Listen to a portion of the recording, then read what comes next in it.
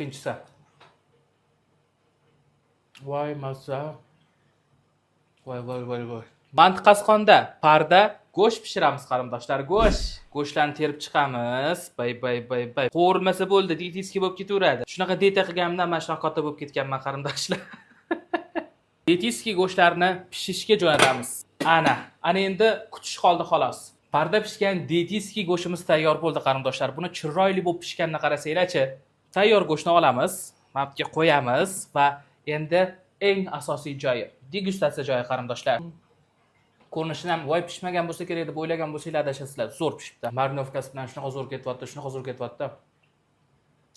Parda pishgan go'sht bunaqa mazali pishadi deb hech ham o'ylamagandim. Rosa mazali chiqibdi. Ikkinchisi. Xullas qarindoshlar, Chin bozorimizdagi kichkinagina mantiqasxonda pishgan go'sht shunaqangi shirin bo'lar ekan.